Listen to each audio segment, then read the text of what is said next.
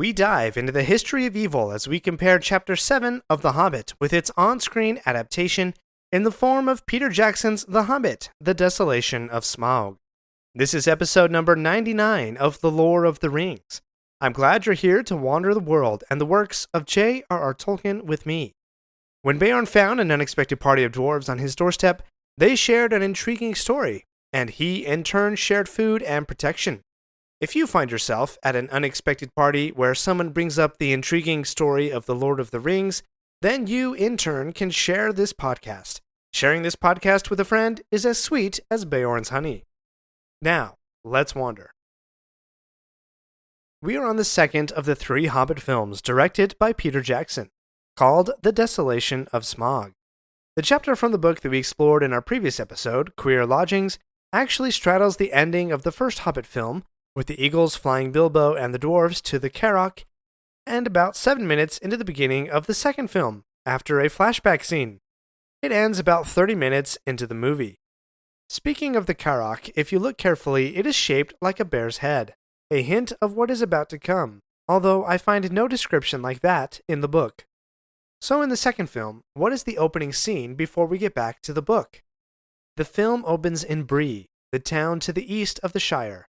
After a cameo by Peter Jackson eating a carrot, we find Thorin the dwarf hanging out at the prancing pony. He is joined by Gandalf, and we see the chance meeting between the dwarf and the wizard that started the whole quest.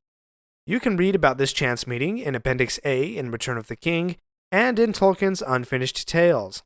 And I did a deep dive focusing on the theme of chance in Episode 72, Small Strange Chances, The Quest for Erebor.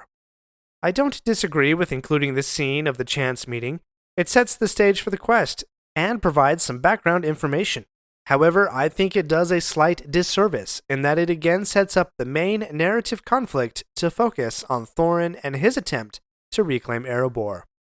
In the film, Gandalf ends the scene at the prancing pony by mentioning a burglar, and we cut to Bilbo, and the chapter begins. Bilbo, Gandalf, and the dwarves are on the run from the pursuing orcs. But Bilbo informs them that something else is out there. Gandalf guesses it's a beast in the form of a bear. The company runs to a house, guided by Gandalf, and the roaring beast scares off Azog and his orcs. The dwarves reach the safety of the wooden hall, while Beorn in bear form chases after them. Clearly, this introduction to Beorn and of the dwarves to Beorn is quite a bit different than Gandalf's clever story and interruptions. It keeps the urgency elevated. Beorn guards during the night, and Azog the orc is called to Dol Guldur by the Master. Who is the Master? First, Bilbo is awake at night and examining his golden ring, and as black speech echoes in our ears, we are shown the dark fortress of Dol Guldur. There we see the Master in the form of a talking black mist, who promises that war is coming. Now back to Bilbo, who awakes with a ginormous bee on his nose, and finds the dwarves grumbling about what to do next. Then we finally get Gandalf introducing himself to Beorn while he is chopping wood. The dwarves, interpreting Gandalf's signal as his hand moving up and down, come out in pairs, mostly. We don't hear much of their story, but it is rather comical how the dwarves stumble over themselves. Finally, Thorin is introduced, and Beorn seems to know who he is. Beorn becomes host to this unexpected party of dwarves, where there is plenty of food, like in Bilbo's house. But unlike Bilbo's house, everything is bigger, and the dwarves wouldn't dare sing about bending forks and cracking plates. Beorn also provides additional backstory for his people, an embellishment from the book. He talks of being invaded by orcs in the mountains, and being enslaved for sport and torture. All of his people are dead.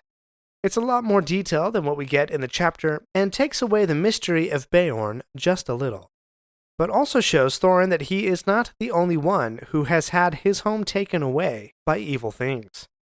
Beorn hates orcs more than he dislikes dwarves, so he offers Thorin and company his help. Before they leave, Beorn reveals some intelligence on the doings of the sorcerer in Dol Guldur. He has an alliance with the orcs of the mountains. But he has something else to say, rumors of the dead walking near the high fells of Rhuidwar. Okay, where is Rhuidwar? Rhuidwar is a hilly region north of Rivendell on the west side of the Misty Mountains. This land would have been part of the northern kingdom that Elendil founded. However, the chief of the Nazgul, known as the Witch King of Angmar, ruled this region and claimed it as part of Angmar. The high fells that Beorn asks about are not mentioned in Tolkien's writings, and so the idea of Angmar's tomb being in those mountains is a Peter Jackson adaptation invention. But it seems to fit, right? The men of the north burying the body of their enemy, quote, in a tomb so dark it would never come to light. I love this description from lotr.fandom.com. The high fells are, quote, described more as a prison of the dead than as a grave. We also see the men of the north throw in a Morgul blade, which doesn't seem like a smart thing to do if you think your enemy will rise again, as evidenced by the heavy chains and locks that restrict the body.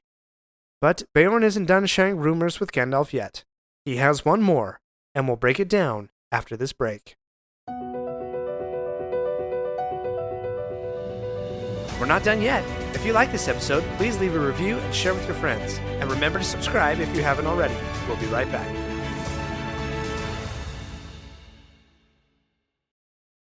Do you ever find yourself thinking about who would win in a fight between Goku and Superman?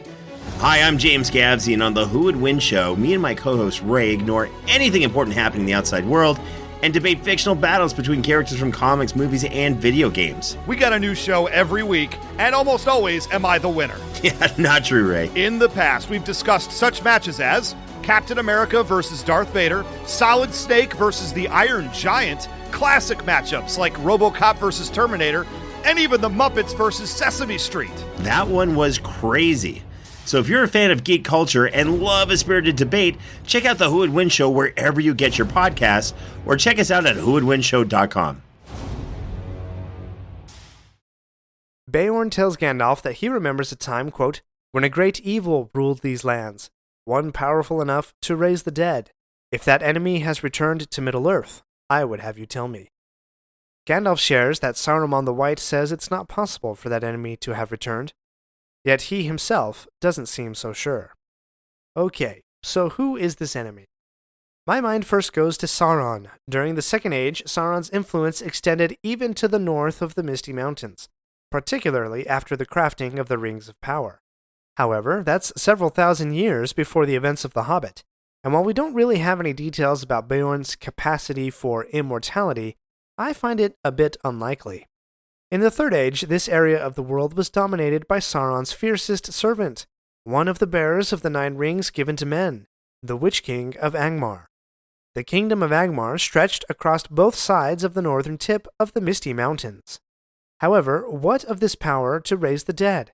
As far as I know, in Tolkien's writing, that power remains solely with the Valar, the powers that govern Middle-earth, to be used extremely rarely.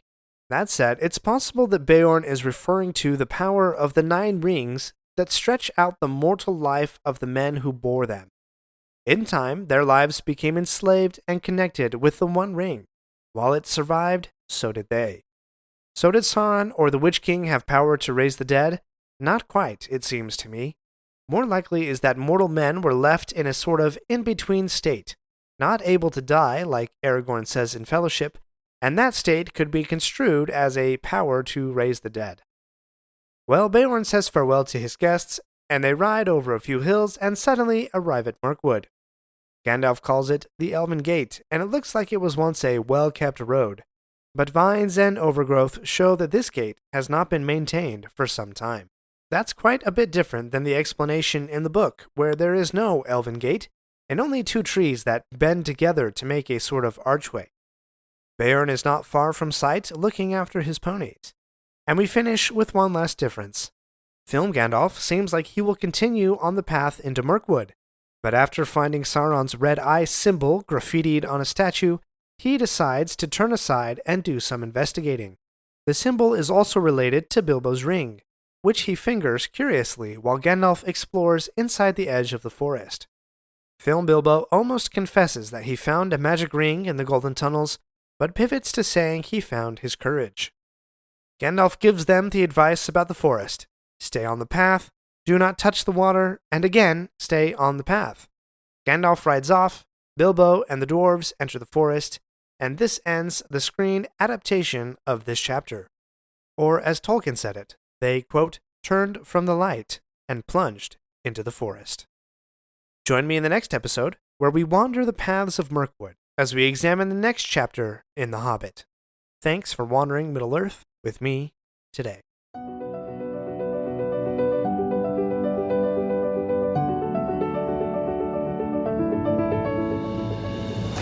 My friends, if you enjoyed this episode, let me know by subscribing, leaving a review, and sharing with your friends. Follow me on Facebook or Instagram at Lore of the Rings Podcast.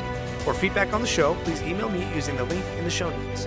Until next Thursday, remember, not all those who wander are lost.